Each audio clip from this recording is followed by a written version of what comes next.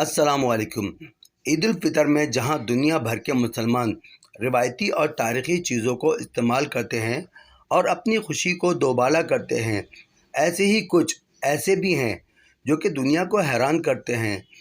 छोटी ईद के मौके पर मिस्री मुसलमान ख़ास तौर पर काहक नामी डिश जो मिठाई से मुशाबत रखती है, ख़ास तौर पर बनाते हैं।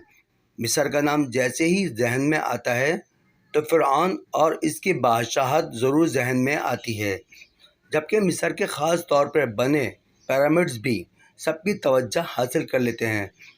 लेकिन बहुत कम लोग जानते हैं कि मिस्र के मुसलमान आज भी फ़िरऔन के दौर को याद रखे हुए हैं, और इसकी एक ज़िंदा मिसाल काहक है।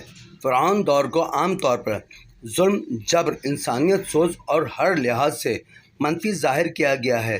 ताहम इस सब में मिस्र के शहरी और मुसलमान खासकर ईद उल फितर के मौके पर फ़िरऔन दौर को याद रखते हैं।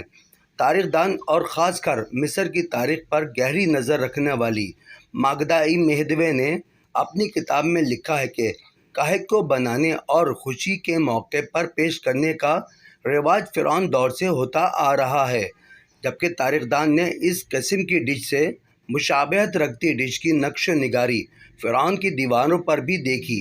थोड़ी नमकीन, मैदे और चीनी से बने ये बिस्किट सालाना तौर पर छोटी ईद के लिए ख़वातीन तैयार करती हैं।